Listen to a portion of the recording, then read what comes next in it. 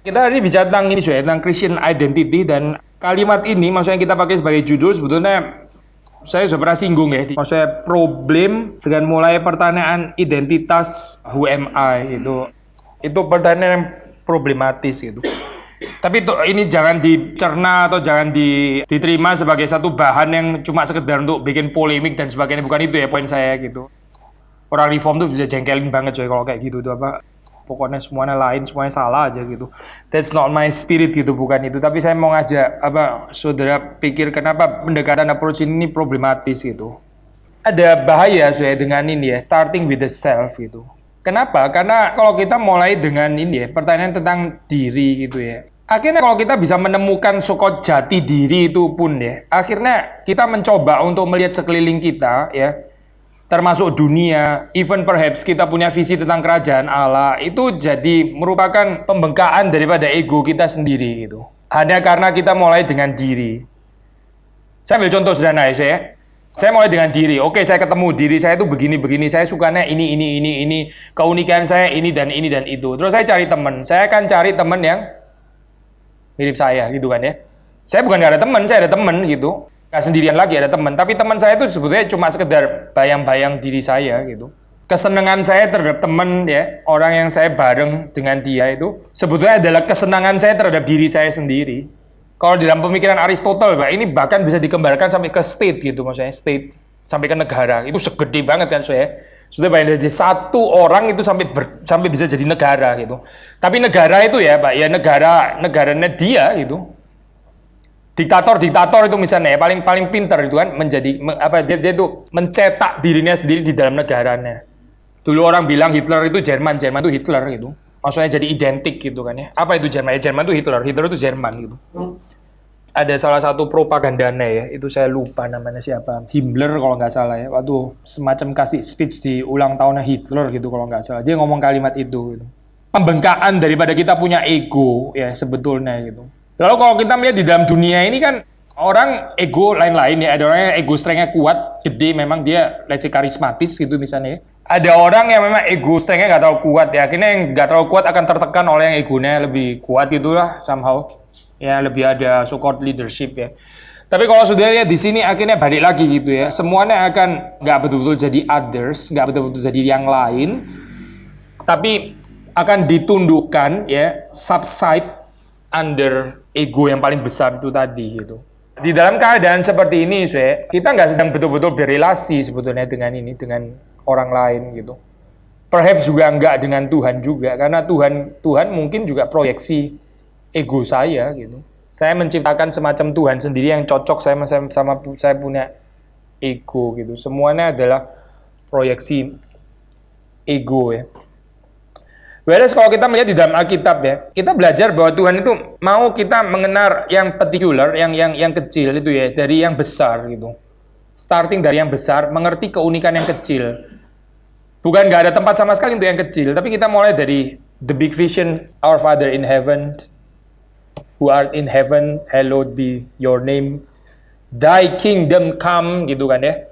Terus dibawa, give us today our daily bread, gitu kan. Bukan nggak mulai dengan give us today our daily bread gitu, terus setelah dikasih sama Tuhan, thank you your kingdom come gitu ya. Your kingdom-nya itu your bread itu tadi gitu, berarti gitu. Gak jadi your kingdom gitu, jadi bread itu sama dengan kingdom akhirnya. Highly problematis lah soalnya kalau kita mulai dari diri ya, terus habis itu kita membengkakkan sebesar. Bukan nggak mungkin dibengkakkan, itu akhirnya benar-benar kelihatan besar gitu ya. Tapi itu tidak bukan adalah the big self sebenarnya. Whereas kalau kita melihat di dalam Alkitab, Tuhan itu mulainya dari visi yang luas, setelah itu kita mengenal keunikan kita ada di mana.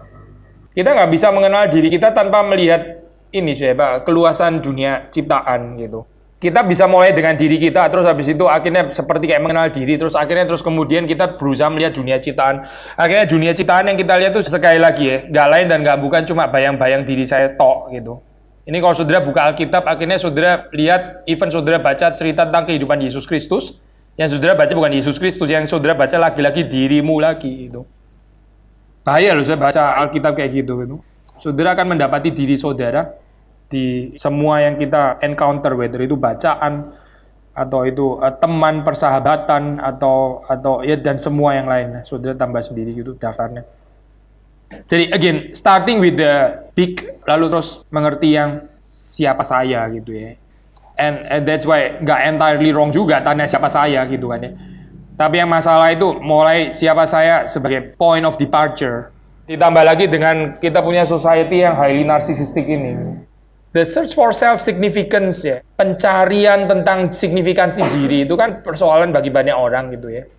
Apalagi di dalam society yang ada banyak ego yang besar-besar gitu ya. Karena kita somehow tertekan dengan mereka. Terus kita mencoba untuk mencari signifikansi diri. Itu hanya membawa kepada kekosongan sebetulnya. Makin kita cari ya signifikansi diri, makin kita kosong. Makin kita nggak puas gitu.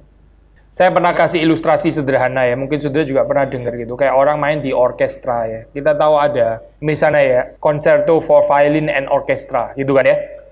Pasti yang star itu ya violin solonya kan pasti gitu kan ya. Misalnya seandainya saya di orkestra itu main triangle, ting gitu kan ya. Setelah itu 70 bar berhenti. Terus itu ting, kayaknya hidup ini nggak significance gitu.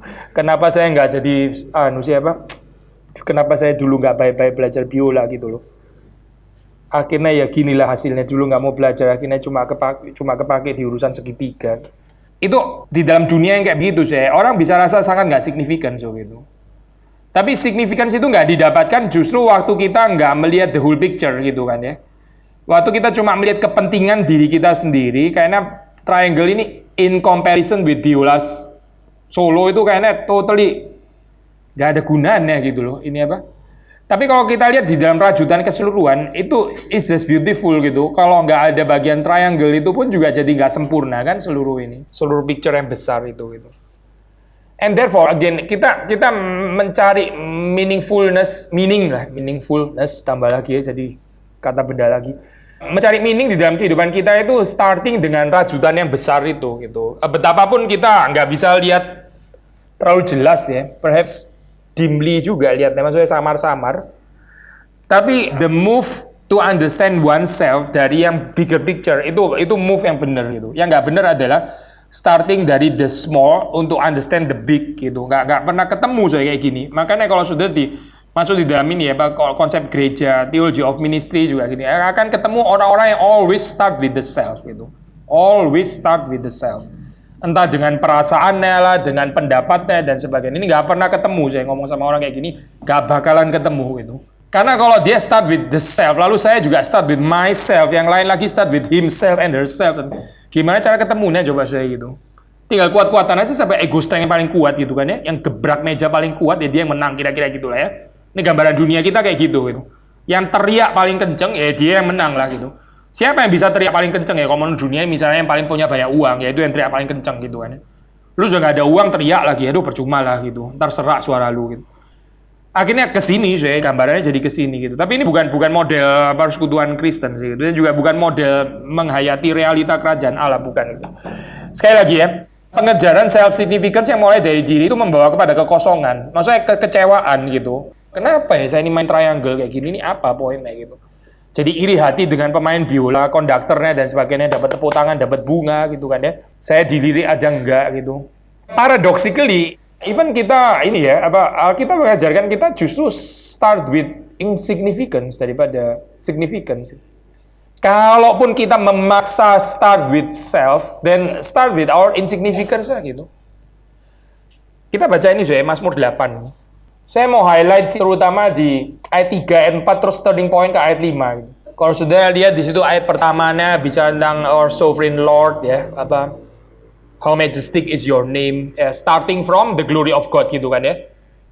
From the majesty of God. How majestic is your name.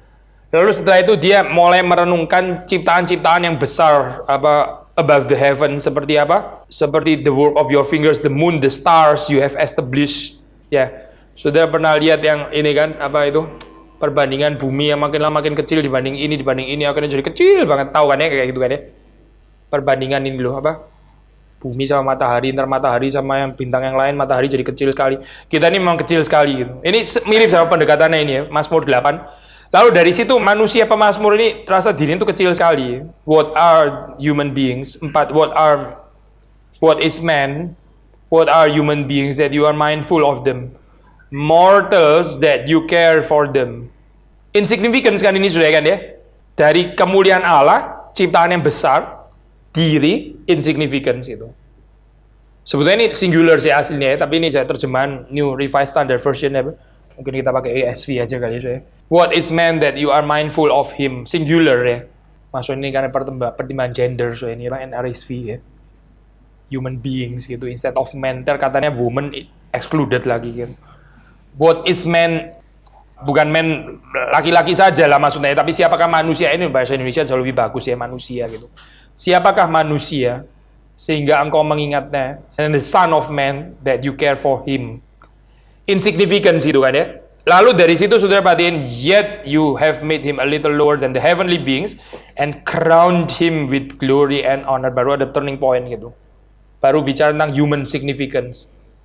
Tapi pertama masuk dari the glory of God. Ntar kita terakhirnya balik lagi the glory of God kan. Oh Lord, our Lord, how majestic is your name in all. Ini kiastik sudah strukturnya itu ya. Dari sini sama-sama sini, sini sama sini, sini sama sini gitu ya. Ini yang tengah ini human insignificance, human significance gitu. Starting with the glory of God, completed by the glory of God.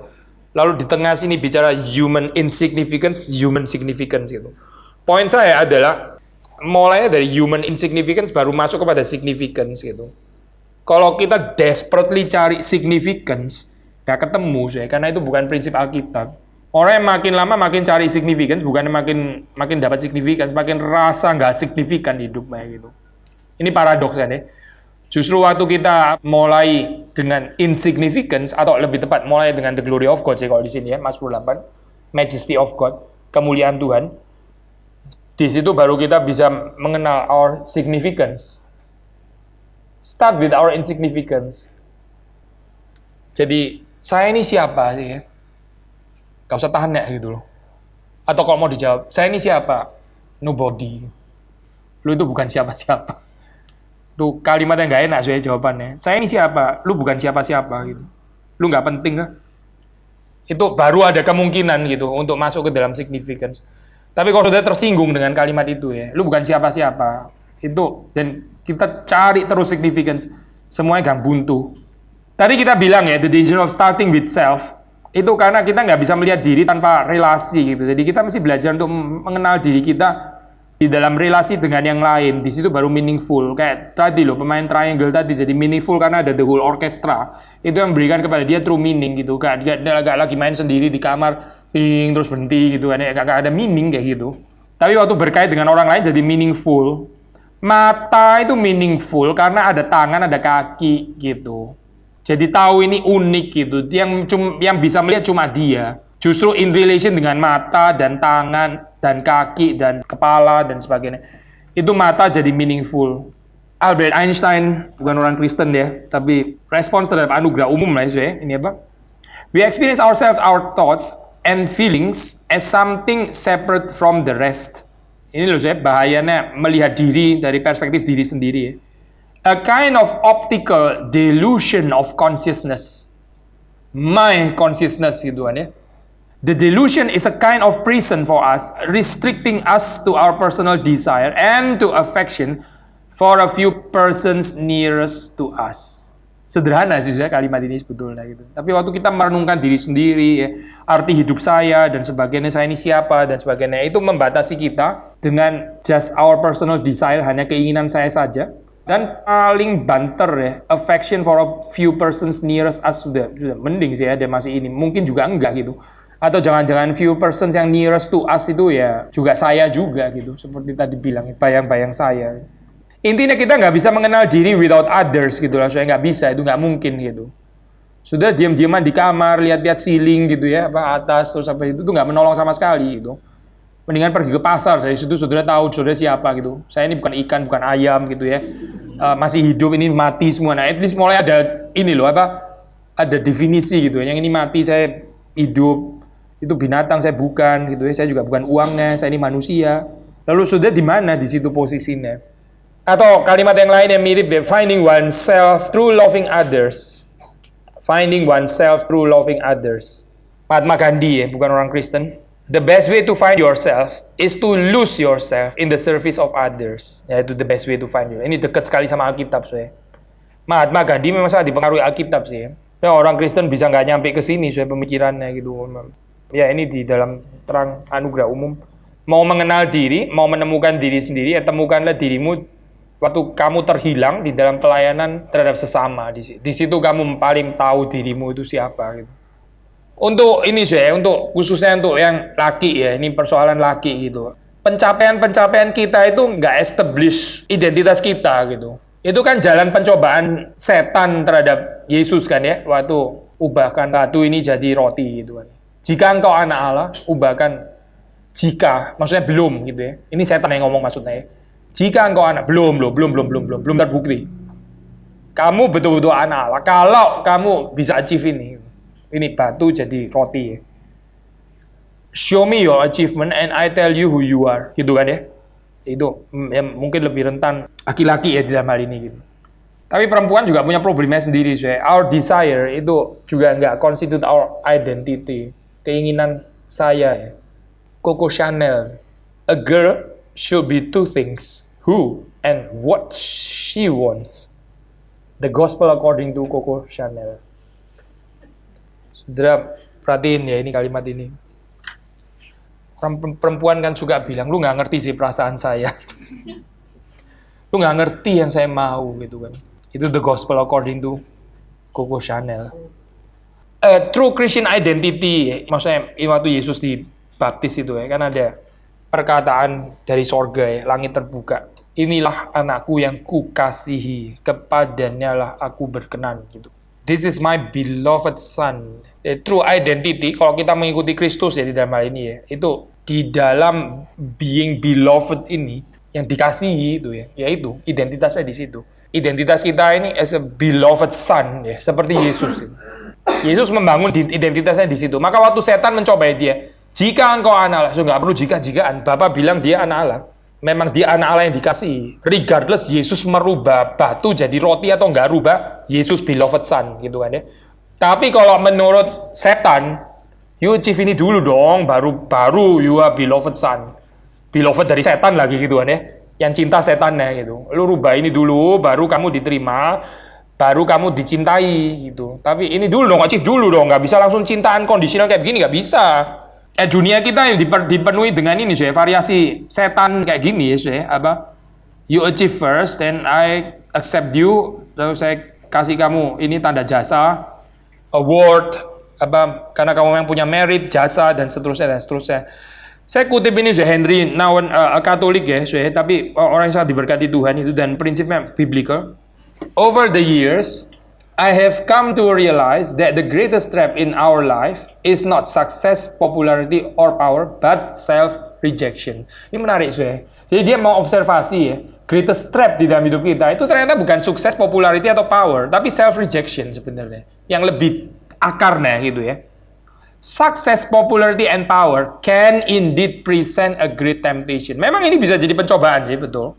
But their seductive quality often comes from the way they are part of the much larger temptation, yaitu self-rejection gitu. Maksudnya lawan katanya self-acceptance gitu loh ya. Kita ini basically nggak bisa menerima diri. Karena itu makanya sukses, popularity, dan power itu jadi sangat tempting. Nangkep nggak sih?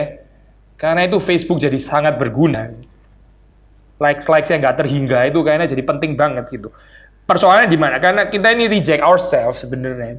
When we have come to believe in the voices that call us worthless and unlovable, then success, popularity, and power are easily perceived as attractive solutions. Kayak dunia menjanjikan itu gitu loh, untuk menangkal penolakan diri. The real trap, however, is self-rejection. Gak ada gunanya, gak ada gunanya. Itu waktu ditawarin dapat power pun, dapat popularity, akhirnya tetap aja. Makanya kita nggak ngerti ya, kenapa orang yang so populer kayak selebriti itu ada hidupnya nggak, akhirnya bunuh diri lah, apalah, terus minum obat tidur terlalu dosis terlalu tinggi. Kita nggak ngerti mereka itu kurang apa sih sebenarnya gitu. Kurang penerimaan diri gitu. Mau bilang popularity, highly populer mereka kan, sukses loh itu mereka. Power, mereka ada power, ada money juga kan.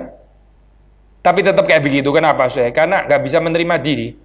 As soon as someone accuses me or criticizes me, as soon as I am rejected, left alone, or abandoned, I find myself thinking, well, that proves once again that I am a nobody. Ini sekarang dalam pengertian negatif ya, bukan dalam pengertian yang tadi seperti saya bilang ya, you are nobody, tadi kan positif gitu ya, maksudnya insignificance gitu. My dark side says, I am no good, I deserve to be pushed aside, forgotten, rejected, and abandoned. Dunia menghargai orang kaya. Kita rasa kalau kita nggak kaya, kita nggak diterima. Maka kita percaya the power of money gitu ya. Mungkin bukan karena kita greed loh. Mungkin bukan karena kita ini lover of money, nggak tentu juga. Tapi self-rejection gitu ya. Dan kayaknya the power of money itu tempting gitu loh. Seperti kayak membuat saya bisa lebih diterima. Ya ini jalan dunia lah. Soalnya kalau kita ikutin ya udah kita ikut dunia berarti. Self-rejection is the greatest enemy of the spiritual life because it contradicts the sacred voice that calls us the beloved. Being the beloved constitutes the core truth of our existence. Dicintai. This is my beloved son. Dan kalimat dari sorga itu harusnya cukup gitu. Kalimatnya sebenarnya diperdengarkan untuk kita juga. Karena kan kita adopted sons and daughter, maksudnya children of God juga gitu ya. Adopted by way of adoption. Di dalam Kristus sama, berarti kita juga beloved child. Nah, kalau kita lihat di dalam kaitan identitas ya dengan Alkitab gitu, coba kita lihat panggilan Musa ya, Exodus 3, 4, 7. Kita bisa belajar apa di sana? Maksudnya panggilan deh dikaitkan dengan identitas gitu. Yesus itu waktu dibaptis itu kan permulaannya kan, inaugurasinya gitu kan. Kalau di dalam diri nabi-nabi itu biasanya cerita panggilan yang pertama gitu, yang comparable sama ini apa? Sama baptisannya Yesus gitu. Gimana saya kalau sudah lihat ini? 3 ayat 4 sampai 7 saya baca ya. Ketika dilihat Tuhan bahwa Musa menyimpang untuk memeriksanya, bersuruhlah Allah dari tengah-tengah semaduru itu kepada Musa, Musa. Dan ia menjawab, ya Allah. Lalu ia berfirman, janganlah datang dekat-dekat. Tanggalkanlah kasutmu dari kakimu sebab tempat di mana engkau berdiri itu adalah tanah yang kudus. Lagi ia berfirman, akulah Allah ayahmu, Allah Abraham, Allah Ishak dan Allah Yakub. Lalu Musa menutupi mukanya sebab ia takut memandang Allah. Dan Tuhan berfirman, aku telah memperhatikan dengan sungguh kesengsaraan umatku di tanah Mesir, dan aku telah mendengar seruan mereka yang disebabkan oleh pengerah-pengerah mereka, ya aku mengetahui penderitaan mereka. Coba saudara baca ini ya, 4 ayat ini ya, 4, 5, 6, 7 ya, 4 ayat ini. Saudara bisa belajar apa dari pengenalan Musa gitu. Again ya, maksudnya gini saya logiknya. Ini ya cerita panggilan paling awal, either ini Musa atau Petrus lah, atau Paulus atau Yohanes atau Yesaya atau siapapun ya. Ini comparable dengan cerita Yesus yang dibaptis itu. Ini kan assuring identitas gitu di dalam panggilan yang diberikan Tuhan. Kita kalau nggak dipanggil Tuhan, kalau nggak Tuhan yang memanggil kita nggak bisa mengenal diri. So ya. Kita menemukan diri kita itu di dalam panggilan Tuhan sebetulnya gitu. Nah sekarang kan cerita panggilan Musa ini yang paling pertama so ya, di sini ya. Saudara bisa belajar apa di sini? Kalau saudara jadi Musa jadi mengenal diri di dalam hal apa di sini? Bagaimana dia mengenal diri? Atau justru malah di sini Musa masih nggak tahu dia itu siapa? Gitu. Saudara perhatiin dia ayat 4 ya. Memang Tuhan menyebut dia Musa itu namanya dia gitu kan ya. Tapi apakah di situ identitasnya gitu? Musa gitu. Terus masuk ke dalam studi etimologi. Musa itu artinya apa gitu misalnya kan ya? Kan enggak kan ya? Apa yang dilakukan Tuhan di situ? Pertama Tuhan bilang ayat 5. Tanggalkan kasutmu dan kasih tempat di mana engkau berdiri tanah yang kudus. Maksudnya kamu itu nggak kudus itu ya. Kamu nggak kudus. Ini saya hadir di sini. Ini kudus. Bukan cuma aku yang kudus. Tanah yang kamu injak pun itu kudus. Kamu nggak kudus. Tanggalkan kasutmu. Itu pertama, saya. Pengenalan diri di dalam pengertian itu ya. Kedua, Tuhan memperkenalkan dirinya sendiri. Itu pengenalan Musa terhadap dirinya. Sekali lagi ya. Tuhan memperkenalkan diri. Akulah Allah ayahmu, Allah Abraham, Allah Ishak, Allah Yakub. Mana Musanya di sini? Justru di dalam kalimat ini Musa menemukan dirinya. Garing kan, saya? Again, ini the insignificant Moses gitu. Maksudnya gini loh, saya. Tuhan nggak bilang Musa, aku yang merencanakan engkau kan lahir dari ini toh, mamamu namanya ini toh, terus kamu dijaga sama dia mau ngomongin Musa terus gitu kan misalnya kan ya. Oh itu Musa sangat mengenal diri. Oh iya betul itu saya gitu. Yaitu our narcissistic society, caranya kayak begitu, saya memperkenalkan diri. Tuhan cara memperkenalkan Musa kepada Musa, sekali lagi ya, Tuhan cara memperkenalkan Musa kepada dirinya sendiri, pertama dengan bilang, tanah ini kudus, saya hadir di sini, tanggalkan kasutmu. Itu Musa mengenal dirinya. Lalu waktu Tuhan bilang, akulah Allah ayahmu, Allah Abraham, Allah Ishak, Allah Yakub. Itu Musa tahu dirinya di mana di situ. Karena dia kan keturunan Abraham, Ishak, Yakub kan ya. Ini penting sekali ya. Tuhan kan pernah pernah tes itu ya. Sudah saya ini selesaikan orang Israel. Saya bilang kayak dirikan bangsa baru melalui kamu. Jadi sekarang nggak ada lagi formula Allah Abraham, Allah Ishak, Allah Yakub. Jadi mulai sekarang kan disebut Allah Musa gitu. Oh keren banget tuh saya. Allah Musa gitu. Bukan Allah Abraham, Allah Ishak, Allah Yakub. Tapi Musa apa? Musa menolak kan? Karena apa? Ya karena ada ini saya. Allah Abraham, Ishak, Allah Yakub. Ini Musa nggak pernah lupa. Bukan Allah Musa. Maksudnya bukan Allahnya Musa secara pribadi, bukan itu poin saya. Tapi di sini disebut sebagai Allahnya Abraham, Allahnya Ishak, dan Allahnya Yakub. Musa insignifikan, tapi di sini justru paling signifikan gitu. Kan Musa nggak ngomong Allah Abraham, Allah Ishak, dan Allah Yakub. Lah gua gitu kan nggak ada saya di sini. Lah saya Tuhan gitu, Musa dong. Tadi ngomong 2 kali loh Musa. Saya bilang Musa, sekarang ngomong Abraham, Ishak, Yakub gitu. Nah itu anak kecil lah saya. Musa menutupi mukanya sebab ia takut memandang Allah. Itu responsnya Musa. Lalu terus ke-7 saya, ayat yang terakhir yang kita baca. Musa mengenal dirinya melalui ini kesengsaraan umat Tuhan. Ini berarti ada task and ada duty. Di situ Musa mengenal dirinya. Ini nggak bicara latar belakang Musa, nggak bicara kamu hobinya apa sih. Musa, nanti kamu kalau sudah besar mau jadi apa gitu kan? Iklan susu atau apa sebenarnya? Tuhan nggak tanya kayak begitu. Ini loh, ada bangsa menderita dan bangsa ini umatku, ya. Ya di situ Musa mengenal dirinya. Nggak ada istilah Musa sama sekali kan di sini kan ya. Tapi kita tahu identitasnya Musa ya ada di sini justru gitu. Karena Tuhan mau pakai dia di sana. Nggak ada pembicaraan tentang Musa sama sekali. And that is true identity gitu. Sekali lagi ya, makin kita mencari signifikansi diri, makin nggak ketemu. Makin kita melihat kemuliaan Tuhan, ya, mendengarkan Tuhan yang memperkenalkan dirinya, mendengarkan Tuhan yang menyerahkan kepada kita tugas yang Dia mau kita kerjakan. Di situ kita makin mengerti siapa ini kita gitu. Ini jalan salib, sudah pengenalan kayak begini sudah jalan salib. Sudah bukan cuma bilang jalan salib hidup menderita susah itu baru jalan salib hidup sederhana. Ini urusan mengenal diri pun juga harus tetap jalan salib. Sudah nggak ada yang nggak jalan salib. Saudara mau tahu mengenal diri juga lewat jalan salib sama gitu. Ini penyangkalan diri kayak begini. Orang yang nggak menyangkal diri gitu ya nggak akan bisa mengenal dirinya di sini. Panggilan Daud saya. Panggilan Daud 1 Samuel 16:7 ini jauh lebih sederhana loh saya namanya. Coba bacain 1 Samuel 16:7. Tapi berfirmanlah Tuhan kepada Samuel, janganlah pandang parasnya atau perawakan yang tinggi, sebab aku telah menolaknya. Bukan yang dilihat manusia yang dilihat Allah. Manusia melihat apa yang di depan mata, tetapi Tuhan melihat hati. Ya poinnya jelas sekali lah saya bagian ini ya. Yaitu apa? Identitas itu apa saya? Menurut bagian ini. Ini kan Daud ya. Berarti identitas itu bukan appearance gitu ya. Bukan fisik tapi hati, dan bukan cuma hati yang dilihat Tuhan maksudnya ya. Itu penting gitu. Karena kita bisa lihat our inner juga salah gitu. Maksudnya hati yang dilihat Tuhan, that is our true identity. Sebagaimana Tuhan melihat kita di dalam hati ya. Panggilan Paulus sih kita bacanya dari ini ya, Kisah Para Rasul gitu. Tapi dari surat-surat yang reflecting juga pengertian Paulus tentang dirinya, termasuk konsep tentang tubuh Kristus. Panggilan Yohanes, panggilan Petrus. Yohanes 15 ayat 15. Ini kan salah satu ayat sentral ya. No longer do I call you servants, for servant does not know what his master is doing, but I have called you friends. Atau bahasa Indonesia pakai apa? Sahabat ya. For all that I have heard from my Father, I have made known to you. Jadi ada ini saya, intimacy ini ya.